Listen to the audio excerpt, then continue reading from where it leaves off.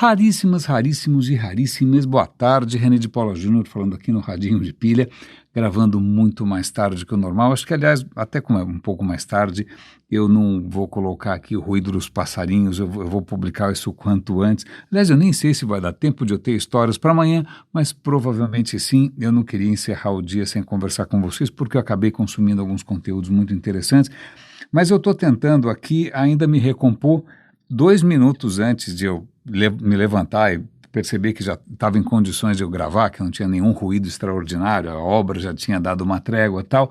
Eu resolvi conferir meu e-mail e eu acabo de receber um e-mail absolutamente tóxico, com uma quantidade de ódio um pouco difícil de entender, aparentemente com relação a alguma coisa da época das vacinas da Covid. Eu não sei, eu não vou dar muitos detalhes dessa história. Na verdade, eu não lembro nem muito bem quem é a pessoa que me mandou isso. Pelo visto, é alguém que está lembrando desse episódio muito melhor do que eu, mas é simplesmente espantoso que isso ainda seja um tema e que isso, em princípio, seja um motivo para alguém sair do passado, das trevas, para realmente mandar um e-mail tão agressivo assim. Eu não sei, quem sabe amanhã, eu fiz uma resposta pedindo um pouco mais de informações, por favor, do que se trata. Eu não sei do que o senhor está falando, não sei, então eu ainda estou tentando assimilar, espero que isso não prejudique um pouco aqui a minha capacidade de contar algumas boas histórias. Vamos começar por um tema interessante. Vamos falar de esquerda e direita. Porque acho que provavelmente o que está por trás desse e-mail odioso deve ser alguma questão de esquerda-direita, mas aí nesse caso é ideológica, política, ou seja o que for. Eu estou pensando aqui em esquerda-direita como as suas mãos, por exemplo, como o meu olho direito e esquerdo. Aliás, eu comentei com vocês que há algumas semanas eu fiz uma cirurgia que acabou corrigindo totalmente a minha miopia do lado esquerdo, e agora eu tenho um olho esquerdo que funciona admiravelmente bem, perfeito, primeira vez na vida, claro, eu nasci míope, que eu saiba, e o olho direito continua míope. Então eu não sei como é que o cérebro está lidando com essas informações, como é que ele consegue mas consegue, de uma maneira ou de outra ele consegue. Então quando eu estou andando na rua, aparentemente ele dá mais peso para a informação que vem do olho, entre aspas, bom, que nesse caso é o esquerdo, e quando ele deixa um pouco de lado o olho direito, né, então faz de conta que eu estou enxergando bem, e quando eu vou ler alguma coisa, ele automaticamente está mudando para o meu olho direito, que enxerga bem de perto, eu consigo ler sem óculos, né, e o olho esquerdo aparentemente fica em segundo plano. Que coisa absolutamente espantosa. Mas voltando aqui para... Eu acho que isso vai, não é só uma anedota pessoal, acho que isso vai acabar se encaixando no que a gente tem para contar hoje. Esquerda e direita, né? Tem uma história muito curiosa que eu também vou comentar sobre canhotos. Vamos começar pelos canhotos, eu acho que é até mais interessante essa história. Eu não sei quantos de vocês são canhotos, mas eu posso chutar, né? A menos que tenha alguma correlação entre ser canhoto e gostar do radinho, ou ser destro e gostar do radinho, eu não tenho a menor ideia.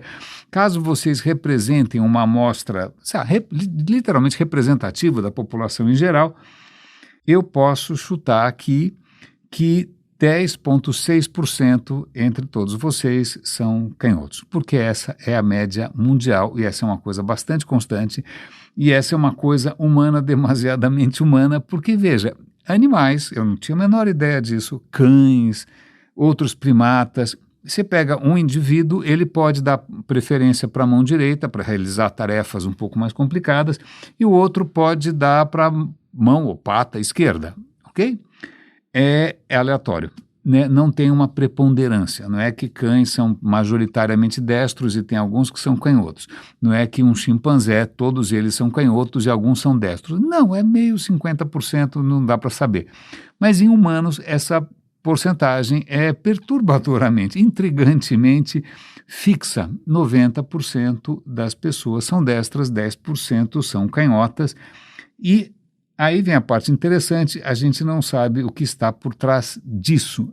O que eu aprendi, vou dar o link para uma conversa bastante boa da revista Quanta, para quem quiser se aprofundar, para quem quiser, que estiver intrigado, inclusive, com a sua condição, sobretudo porque a repórter que fez essa pesquisa é canhota, não é? Eu não sabia um monte de coisa, além de não saber que cachorro podia ser canhoto ou destro, sei lá, orangotango podia ser, mas a questão é tão intrigante porque se você colocar ultrassom, pega uma mulher grávida, pega lá ultrassom e vai ver o que o bebê está fazendo, os bebês lá dentro, desde uma idade de 10 semanas, de repente eles estão mexendo muito mais o bracinho direito do que o esquerdo.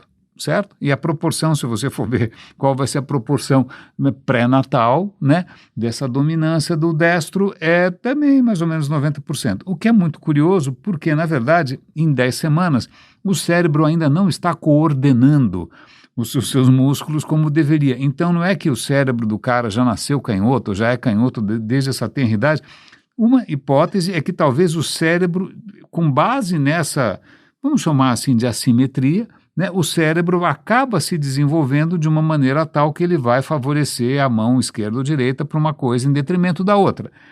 A coisa é tão interessante, sobretudo quando a gente leva em conta a genética da história, né, durante muito tempo as pessoas acharam que isso poderia ser alguma coisa hereditária, mais ou menos, você pode ter os dois pais canhotos e os filhos não necessariamente são canhotos, talvez eles tenham 25% de chance de serem canhotos, ou seja, dobra, mas não é exatamente 100%. Você pode ter gêmeos idênticos, que um é canhoto, o outro não é, né? Então talvez seja aí um pacote de genes. Me perdoe, um pequeno corte aqui enquanto eu limpo a minha garganta. A moça acaba se aprofundando na bioquímica toda, como é que isso pode ser, de repente, um fluxo preferencial do não sei do que, dos nutrientes, não sei aonde no feto. Eu já não consegui guardar essa informação toda, é um pouco além da minha. Mas tem uma questão, você pode tentar entender isso do ponto de vista bioquímico, genético, anatômico, mas você pode entender também do ponto de vista evolutivo. Então, um instante só. Por que, ao contrário de outras espécies, a gente tem essa preferência, ela se mantém, né? Aparentemente, essa preferência surgiu há alguns milhões de anos. Você percebe em fósseis que, de repente, tem uma preferência, você percebe que um braço está mais desgastado, é mais forte que o outro, não é? Por que isso teria surgido? Mistério. Isso parece ter surgido no momento em que a gente deixou de andar de quatro, né? E a gente passou a andar de pé. E de pé é o que significa que você tem as mãos livres. Se você tem as mãos livres, de repente cada mão pode fazer uma coisa, né? De repente uma mão você pode estar, sei lá, uma mão está passando a mão aqui, outra mão você está enfiando o dedo ali, sei lá eu, mas então surge essa questão, as duas vão funcionar da mesma maneira. Uma das teses mais interessantes, eu já tinha ouvido uma coisa parecida com essa. Por que de repente 10% das pessoas desenvolvem, por que não é 20%, por que não é 50-50%, por que não é 100%? Uma das teorias teria a ver com a agressão. A agressão, o nosso corpo parece simétrico, mas não é, né? O meu coração, espero, pelo menos que eu saiba, ele é do lado esquerdo, o meu fígado, eu não sei exatamente de que lado que ele é, mas é de algum lado, acho que é do lado direito. As coisas não são, você tem dois pulmões, homens têm outras coisas simétricas, mas algumas coisas estão de um lado e não estão de outro, ok? Ok, então a gente por dentro não é tão simétrico assim. Aliás, vou fazer um parêntese aqui, vou dar um link para um vídeo bastante interessante de um apresentador de uma série que foi feita recentemente sobre evolução, e aí o cara falou, olha, uma coisa que eu aprendi que é muito interessante é que quando as primeiras formas de vida surgiram, elas eram basicamente um pacotinho, uma sacolinha que abria a boca, engolia coisas, processava coisas, e o que você faz com o que sobrou? Você cospe, porque você só tem um buraco. Então, não é um processo muito, digamos, ótimo, porque você come até, você está estufado, não consegue comer mais, aí você fica um tempão processando aquilo, enquanto isso você não come, aí você cospe, aí você pode comer de novo. E aí ele chama a atenção para um momento na evolução em que a gente desenvolveu o que eu poderia chamar aqui elegantemente de ânus. A gente desenvolveu um orifício anal. Agora, você tem dois orifícios, você tem um de entrada e você tem um de saída. E você tem um tubo por onde o alimento vai ser processado, absorvido e depois expelido. Isso é revolucionário, porque se você tem, né, primeiro que otimizou o processo, você não precisa parar, né, você pode se alimentar o tempo todo, e a menos que você tenha constipação, algum problema, você está eliminando o tempo todo também. O que é interessante é que se você tem um tubo, você passa praticamente ter para frente e para trás, né? Então você vai querer ser capaz de comer mais. Então você provavelmente vai desenvolver sentidos, vai desenvolver o olfato. Onde você vai desenvolver o olfato? Lá atrás? Não, se possível lá na frente, recomendo. Né? Você vai desenvolver olhos. Onde você vai colocar o seu olho? Perto da boca. Onde você vai colocar eventualmente ouvidos? Também mais ou menos perto da boca. Onde você vai colocar um cérebro para processar tanta informação? Bom, perto disso tudo.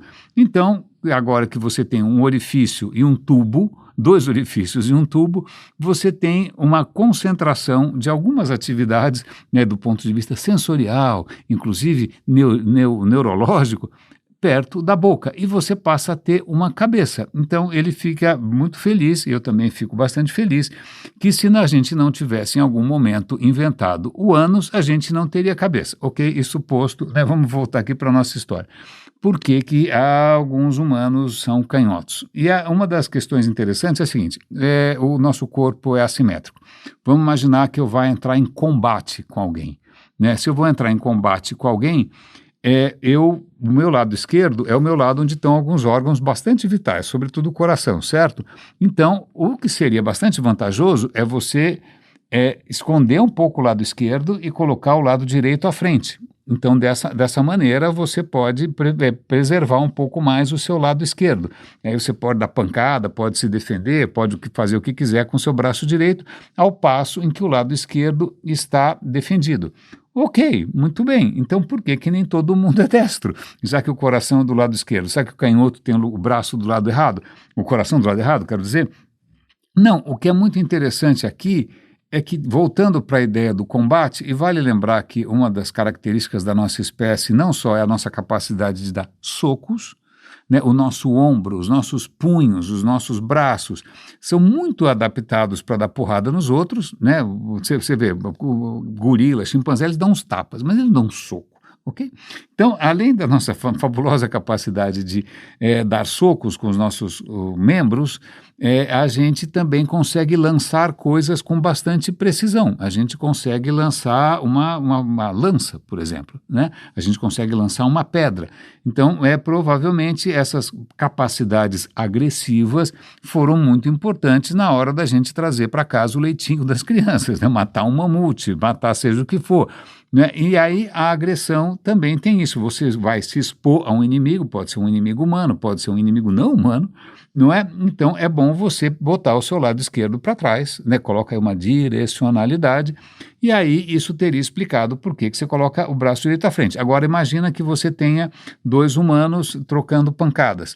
Em vários esportes já é sabido, eu não sou um especialista em esportes, mas talvez em artes marciais um pouco, mas quando você tem um oponente que é canhoto, isso normalmente distrai, é um fato estranho, porque você está muito acostumado com o oponente destro, você se prepara sempre para as pancadas virem do mesmo lado, virem da mesma mão, e de uma hora para outra o cara é invertido. E isso teria, de repente, por acaso, algumas pessoas nasceram com a coisa invertida, não é? E isso teria dado vantagem para que canhotos, numa situação de confronto, mesmo ele estando expondo um pouco mais ali os seus órgãos vitais, ele causa um elemento surpresa. Parece que em vários esportes como é que chama aquele negócio de louco? Beisebol, por exemplo, quem lança com o braço esquerdo, ou quem inclusive rebate com o braço esquerdo, costuma ter alguma vantagem porque o outro não está preparado. E quem sabe essa porcentagem de 10,6% é mais ou menos o nível ótimo, porque se de repente fosse mais frequente canhoto,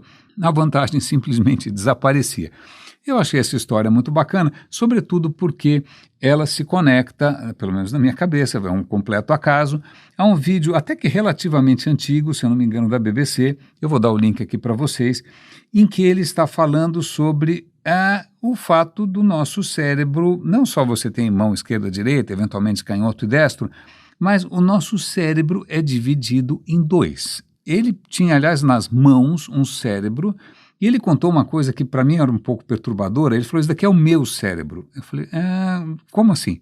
né? Ele escaneou o cérebro dele em 3D, naquelas máquinas de sei lá do que, ressonância, tomografia, não sei, e a partir desses exames de imagem, ele fez numa impressora 3D o próprio cérebro. Eu não sei como seria a sensação de segurar uma réplica do meu próprio cérebro nas mãos, mas ele tinha ali para demonstrar e a réplica dele, inclusive, foi cerrada no meio. Não cerrada porque ele divide.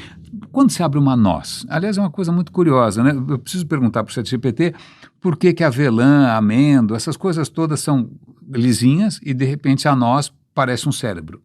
Mas uma noz parece um cérebro. Quando você abre uma casca de noz sem destruir o que está dentro, normalmente você consegue quebrar um lado e outro da noz, certo? O nosso cérebro é assim.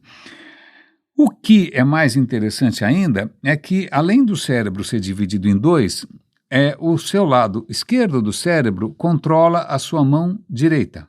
O seu lado direito do cérebro controla a sua mão esquerda. É cruzado e isso também é um assunto muito peculiar. Por que é cruzado? Que ideia de jirico é essa? Pois bem, mas o que é muito interessante nessa história é que o cérebro ele é dividido, mas não adianta pensar que, de repente, como já tem muitos mitos por aí, eu sou uma pessoa do lado direito do cérebro, eu sou uma pessoa do lado esquerdo, como se o cérebro tivesse áreas que trabalhassem sozinhas. Então parece, agora eu vou confundir, a linguagem é do lado X, eu já esqueci de que lado, talvez do lado direito. A coordenação motora fina é do lado Y, né? Ok, o cérebro tem áreas especializadas, mas em nenhum momento aquela área está funcionando sozinha, o cérebro funciona como uma orquestra, então, lamento informar, mas é tudo meio junto, misturado. A coisa não é tão dividida assim, embora o cérebro seja dividido, as duas metades conversam, elas trocam informações o tempo todo.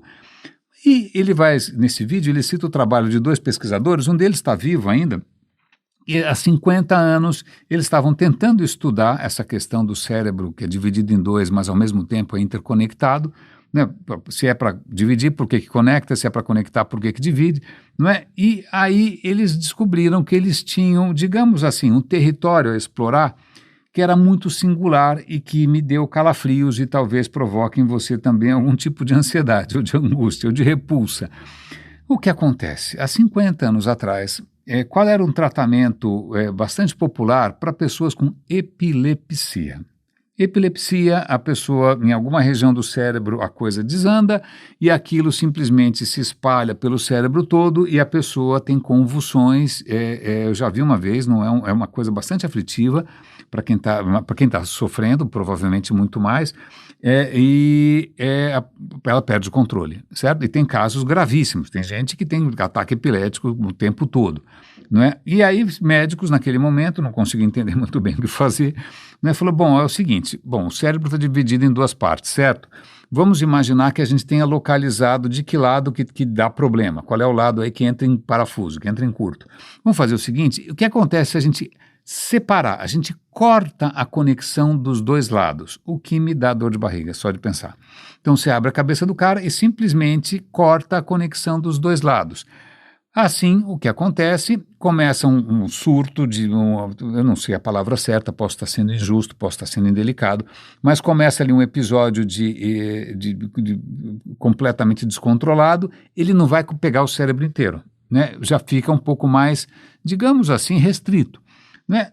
Curiosamente, funcionava, as pessoas, muitos casos se tornavam muito mais gerenciáveis, não eram mais tão graves assim, mas havia consequências. Quais são as consequências de você cortar a conexão de um lado do cérebro com o outro? As consequências são interessantíssimas, interessantíssimas. Porque o que acontece é o seguinte, se o seu cérebro como o meu, os dois lados estão conectados, espero que muito bem, obrigado, não é? Ok, eu tenho um olho que está vendo uma coisa, o outro olho está vendo um pouco diferente, o cérebro consegue compor os dois e eu tenho uma imagem que, em princípio, é uma composição dos dois, porque os dois lados estão conversando, não é? Então, vamos imaginar que eu não lembro mais qual é o lado que corresponde à fala, a fala e, sobretudo, a escrita. Tem um lado do cérebro que é especializado nisso. Se eu olhar com o olho errado, como os dois lados se conversam, eu vou conseguir ler de qualquer maneira. Então, eu posso fechar um olho, né, e ler uma palavra, eu troco o olho, continuo lendo a palavra, porque embora essas informações estejam cruzadas, embora isso corresponda a um lado específico do cérebro, embora um olho preferencialmente acessa essa região, o meu cérebro está conectado. O que acontece quando você corta essa conexão? Bom, em princípio, o cara acha que está tudo normal, né? Aliás, é mais uma prova de que a nossa consciência é uma falácia, né? A nossa consciência, ela está sempre fazendo de conta que está tudo normal. Você está bêbado, está achando que está tudo normal. Se alguém se drogou até a tampa e está achando que também é capaz de dirigir máquinas pesadas e é em alta velocidade. Pois bem, o cérebro da gente é um farsante, é um assessor de imprensa de um político desonesto. Mas o cara acha que está tudo normal, mas na verdade não está. Então é muito interessante que ele vai demonstrar ali vários experimentos que foram feitos com essas pessoas com o cérebro cortado ao meio. Então você, sei lá, você pega e tapa um olho, né, e mostra para um olho só uma palavra. Se for o olho que consegue ler a palavra, fala assim, a palavra diz grite, por exemplo. Ele vai ler, aquilo vai para o lado certo, ele grita. Agora, se você fecha esse olho e lê com o outro olho, ele não sabe o que está escrito. Ele não responde, ele não responde. Né? Você mostra uma imagem para um olho só, ele não vai conseguir interpretar. Se você abrir, de novo, ok, ele consegue ler, mas quebrou a conexão, só um olho consegue ler. Isso se estende a muitas outras coisas. Por exemplo, vamos imaginar que você seja destro, não é? E você queira montar, por exemplo, um quebra-cabeça. Ok? Mostra ali um quebra-cabeça lógico, são várias pecinhas que tem que formar um quadrado. Certo? Certo. Né? Se você pegar esse cara que está com o cérebro dividido, né, e falar, coloca uma das mãos no bolso e pega a sua mão preferencial e monta esse quebra-cabeça. O cara fala, pô, beleza, tá fácil, ele monta. Agora vamos fazer o seguinte, eu vou desmontar tudo isso daqui, agora faz com a outra mão.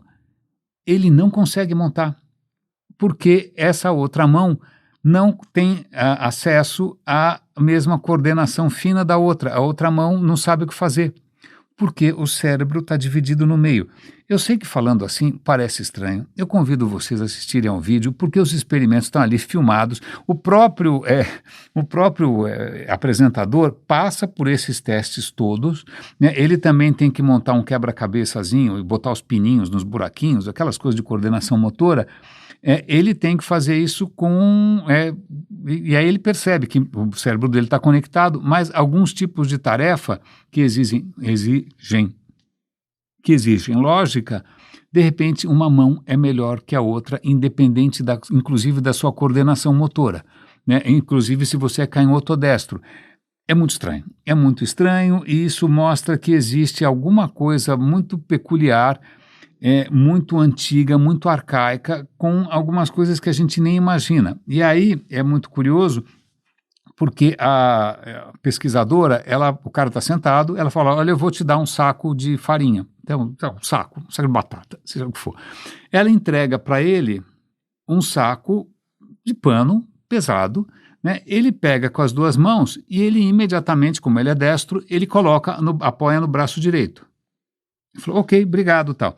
Agora eu vou te passar esse outro saco. É um saco absolutamente idêntico, só que no pano está desenhado 3 bolinhas, como se fosse 2 olhinhos, uma boquinha e um círculo em volta. É como se fosse uma carinha, é pior que um emoji, mas é como se fosse um emojizinho. 2 bolinhas, uma bolinha embaixo, um círculozinho em volta. Na hora que ela passa esse saco, que tem esse desenho tosquinho, para o cara, ele pega e ele imediatamente carrega no braço esquerdo. Ela fala, você viu o que você fez? Ela falou, eu acho que eu troquei de braço. Por quê? E aí lá vem o cérebro, que é um absoluto impostor, né, um inventor de mentiras, e fala, não, eu acho que eu peguei primeiro com o braço direito, porque meu braço direito é mais forte, mas aí dessa vez acho que eu peguei para o braço esquerdo, porque o outro estava cansado. Não, na verdade é instintivo. A hora que você reconhece em alguma coisa que ela está viva, você trata de uma maneira diferente, mesmo que seja, um processo inconsciente. E aí, para completar o teste, ela pegou e deu para o cara uma boneca que é um bebê bastante realista. Ó, segura aqui. O cara pegou com as 2 mãos. Veja, se é um bebê, é uma criatura frágil, é uma criatura que você, em princípio, teria que usar toda a sua força, toda a sua coordenação fina. Não, ele pega, ele imediatamente apoia no braço esquerdo como se ele fosse acalentar. Eu falei, por que você colocou do lado esquerdo? Aí o cara também ficou pensando, inventou alguma história de louco. Ele falou, não, isso é instintivo. E a gente está tentando entender por que a hora que você pega uma criatura viva, você não importa, isso não tem a ver com ser destro, isso não tem a ver com ser canhoto. Por que que você traz para perto do coração? Será que é porque o coração acalma? E tem uma questão, outro teste que ela faz que é muito interessante, ela pega várias fotos de alguém fazendo careta. Né? Só que são as mesmas caretas, só que uma hora o cara está fazendo, sei lá, levantando o olho do lado esquerdo e no outro ele está levantando o olho do lado direito. Na outra ele está fazendo uma cara gozada com a boca para o lado esquerdo e na outra ele está fazendo para o lado direito. E ela pergunta para o cara, ó, vou mostrar essas caras aqui e você vai dizer quais que você acha mais expressiva. Né? Quais são mais expressivas? Ele fala, não, essa daqui, essa daqui, essa daqui, essa daqui, ok. As imagens são idênticas, só que elas são espelhadas. Você vai lá no Photoshop, ou seja, o que você inverte, não é? Acontece que, instintivamente, a gente presta mais atenção na expressividade do lado esquerdo do rosto. Então, se alguém faz uma careta do lado esquerdo do rosto, ela é mais expressiva, ela é mais convincente do que uma careta do lado direito. E aí você fica, bom, mas será que isso tem a ver com a questão do bebê? De repente o nosso lado mais expressivo, o lado que o bebê inclusive vai interpretar melhor, que é o nosso lado esquerdo, eu coloco ele no colo e viro o meu rosto para ele do lado esquerdo. É interessantíssimo, eu convido vocês a assistirem. Eu sei que falando aqui, nem sei se eu estou sendo muito competente para tentar colocar essas questões, que são questões um pouco desafiadoras, né? Canhoto e destro a gente até entende, mas de repente preferências de lado que não coincidem com canhoto ou destro, que de repente é uma questão da nossa evolução. Por que de repente um lado é mais favorável para raciocínio lógico? Por que um lado é mais favorável à emoção? Ela vai tentar colocar... E por que de repente esses canais estão cruzados? Né? Por que se eu estou segurando alguma coisa com o lado esquerdo, quem está controlando é o lado direito do cérebro? Aí vai ter alguma hipótese evolutiva, de repente aquela história de um olho no peixe, um olho no gato. Então, enquanto você está olhando aqui, o outro lado do cérebro está tranquilo olhando para o outro lado. Não dá para entender, mas é assim que a gente é feito, a gente não é uma simetria absoluta e isso tem razões evolutivas. Eu achei isso absolutamente genial. Eu estou tentando esquecer esse maldito e-mail, que eu juro que eu não entendo de onde saiu tanta raiva assim, e de novo por causa de vacinas e de Covid, de esquerda-direita da pior maneira possível. Mas eu vou só chamar a atenção, vai ser eu acho que um vídeo um pouco mais curtinho, um vídeo bacana do Kurzgesagt. Kurzgesagt é um canal educativo, ele é feito em animação, animações muito bacanas, muito bem feitas, e dessa vez ele tem uma notícia que eu acho que é um pouco frustrante. Ele fala, olha, caros humanos, lamento informar, mas a nossa espécie ela nunca vai conseguir sair do sistema solar. Não vale a pena, não vai dar certo, esquece. Então, ficção científica, Star Trek, Star Wars, né? E ele vai tentar explicar por quê. Em primeiro lugar, porque o espaço é uma coisa muito maior do que a gente imagina, não é mesmo?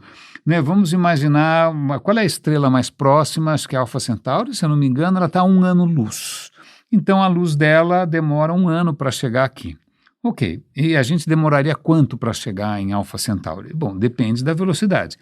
Né? A nave, a coisa humana mais veloz que a gente já conseguiu produzir nos últimos tempos, acho que a sonda, qual que foi? É a Parker, ela está viajando, se eu não me engano, a 600 mil quilômetros por hora.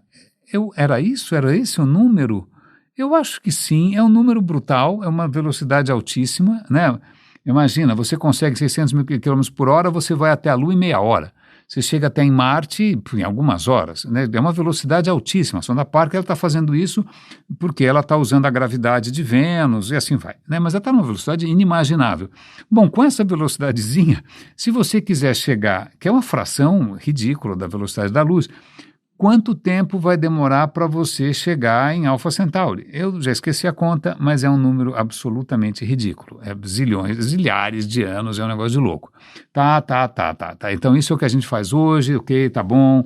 Vamos imaginar que em algum momento a humanidade não se mate, não se destrua, não destrua o planeta, e a gente consiga evoluir e a gente consiga chegar numa velocidade que é inconcebível, que é 20% da velocidade da luz. 20% da velocidade da luz são 200, que é uma coisa de louco, são 200 milhões de quilômetros por hora, é uma coisa absolutamente inimaginável. Como é que a gente seria capaz de fazer isso com coisas nucleares? Não dá para saber. Mas vamos imaginar só, ok, não é a velocidade da luz ainda, 20%, você fala, bom, legal, agora eu chego em Marte rapidíssimo, né, chego não sei aonde rapidíssimo, e aí você vai demorar, então, se é 20% da velocidade da luz, você vai demorar 5 anos para chegar nessa bendita Alpha Centauri. Só que aí tem duas questões. Tá legal, 5 anos dá, né? De repente a equipe, se um não matar o outro, sei lá, se ninguém surtar, tudo bem, 5 anos acho que é perfeitamente cabível. Né? Mas acontece que se você está numa velocidade dessas, atravessando o universo não é exatamente vazio. Né? A gente chama de vácuo, vazio, mas não está exatamente vazio. Né? Pode ter partículas numa velocidade altíssima, pode ter átomos, pode ter grãos de areia, pode ter um átomo, não estou brincando, um átomo de ferro já é capaz de provocar uma rachadura em qualquer tipo de casco de nave. Né? Agora, se for um grão de areia, pronto, equivale a uma granada. Então, você está atravessando a poeira espacial, porque o espaço tem poeira, e essa poeira, cada vez que um grão acerta a tua nave, é uma granada que explode, porque você está numa velocidade simplesmente obscena. Né? Agora, se for uma coisinha um pouco maior, vamos imaginar um pedregulho, é uma colisão equivalente a uma bomba atômica de Hiroshima ou duas. Então, veja, não é que você está atravessando o vácuo, né? Você não consegue acelerar muito, né? Você vai levar porrada o tempo todo. Né? Aí tá bom, então vamos imaginar que a gente conseguisse alcançar essa velocidade absurda. Vamos imaginar que a gente descobrisse como sobreviver 5 anos. Agora, vamos imaginar que a gente também inventasse algum tipo de escudo para que a poeira não destruísse a sua nave espacial e não morresse todo mundo. Aí tem a seguinte questão que é, ok, o que tem Alpha Centauri para ver? Não muito. Não muito. É pertinho, mas não é muito. Então, a gente teria que, eventualmente, procurar mais longe. Só que cada vez que você pensa um pouquinho mais longe, ao invés de 1 ano-luz, pode ser 1000 anos-luz. Pode ser 10.000 anos-luz. Pode ser 1 milhão de anos-luz, sei lá eu. E essas distâncias, mesmo que você viaje numa fração da velocidade da luz, elas são completamente inconcebíveis. Não tem como você... Imagina, você não consegue nem se comunicar com a base. Né? Porque, imagina, se você estiver a 1 ano-luz de distância, né, você manda uma mensagem, demora 1 ano para chegar, eles mandam de volta, demora 1 ano para voltar. A coisa não é prática. Quando a gente se encanta com ficção científica, que os caras entram em dobra, em hipervelocidade, no hiperespaço, né, ou usam algum truque desses todos, ou Star Wars, que os caras estão navegando pelo vácuo numa velocidade incrível, não é bem assim. O que parece uma notícia triste, né? Parece uma notícia um pouco frustrante, mas pelo menos a gente leva em consideração, a gente começa a pensar um pouco melhor no quanto o espaço é colossal, enquanto o espaço também é hostil, né? Enquanto o espaço ele é praticamente incompatível com qualquer expectativa humana. Né? O que deveria fazer, e acho que esse é um bom final de episódio, a gente valorizar cada vez mais o que a gente tem aqui. Né? Eu sei que Elon Musk da vida estão querendo ir para Marte, eu comentei acho que ontem com vocês, comentei ou não comentei? Não, acho que eu comentei do Fyodorov. Será que eu comentei do Fyodorov? Bom, ok, eu conto rapidamente aqui, senão, desculpa se eu me repetir. Eu estou assistindo aquele seriado Cidade Estelar, que é um seriado bastante interessante na Apple TV, muito bom também sobre viagens espaciais soviéticas, etc. E aí um dos cientistas ali, ele é preso porque ele estava lendo Fyodorov. Eu não sei quem é Fyodorov, perguntei para o ChatGPT, para o Gemini e tal. Fyodorov foi um pensador do século XIX, se eu não me engano, que ele chegou à profunda conclusão que a morte é uma coisa inadmissível. A morte é o pior mal, a morte é o fim da picada. A morte não deveria existir. Então ele acha que a humanidade, como Deus nos teria dado a capacidade da ciência, né? Deus nos deu. E aí, então a gente tem um imperativo moral de eliminar a morte, não só eliminar a morte, como ressuscitar todas as pessoas que já viveram. o que eu não sei o que esse, como diz um conhecido meu, é grade e esguicho, né? Você dá vontade de trancar o cara no hospício e dar banho de água fria. Mas, ok, grade e esguicho para o rapaz, ressuscitar todos os mortos, é gente pra caramba, o que você faz? Ah, por isso que o imperativo da espécie humana é se expandir pelo espaço, né? Uma espécie de imortais se espalhando pelo espaço e, aparentemente, isso não só fez sucesso no século XIX, como isso, em princípio, a União Soviética não gostava muito dessa ideia, e, por outro lado, também ela parece estar tendo um revival. Eu estou sempre comentando aqui desses transhumanistas, desses caras que acham que a gente tem que transcender a condição humana e ser eterno e viver para sempre, e seja lá o que for, fazer o upload da nossa consciência para a nuvem. Eu fiquei tão... É uma coisa tão estapafúrdia. Eu fiquei tão desconcertado que eu falei, ChatGPT, desculpa, qual é o problema com a morte? Eu não sei que drama que essas pessoas fazem com a questão de morrer. Por que tem que ter alguma coisa depois? Por que tem que ter alguma coisa antes? Por que a morte não é só a morte?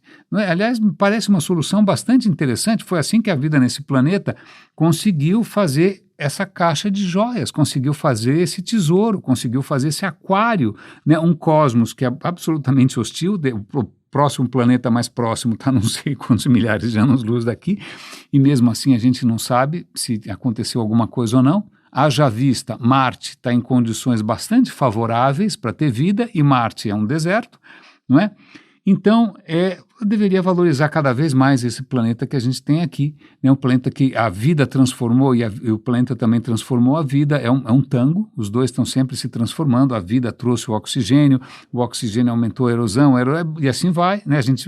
É uma dança da vida com as condições materiais do planeta, e se alguma coisa permitiu que a vida conseguisse se adaptar a todas as bolas quadradas, né, as boladas nas costas que o planeta deu, vulcões, meteoros, foi não criando uma forma perfeita e imortal, não, mas criando uma geração depois da outra, uma geração depois da outra, uma geração diferente da outra, uma geração com diversidade, experimentando novos caminhos, e vem uma outra geração e você tem que reproduzir. Faz parte do mecanismo, e eu acho absolutamente lindo. Aliás, eu acho de uma absoluta, eu nem sei, não é nem egoísmo, mas de um delírio autocentrado imaginar que a gente mereça viver mais do que a gente já vive. Não é? Mas desculpa, isso é uma pequena divagação. Na verdade, acho que eu ainda estou tentando assimilar aqui por que alguém me escreve um e-mail completamente odioso no meio da tarde para lembrar uma polêmica que eu achei que tivesse enterrada. Eu achei que a questão da vacina tivesse sido finalmente esclarecida, né, que a gente deveria agradecer porque existe ciência, porque existem cientistas, porque existem profissionais de saúde, existem bons influenciadores, existe Natália Pasternak, existe tudo, SUS, etc. e tal. Mas aparentemente parece que tem outra lateralidade hoje em jogo, não é só a questão do destro versus canhoto, não é só o cérebro de um lado e o cérebro de outro, mas é infelizmente um mundo que se polarizou em esquerda e direita, e isso é receita para a gente não ir a lugar nenhum.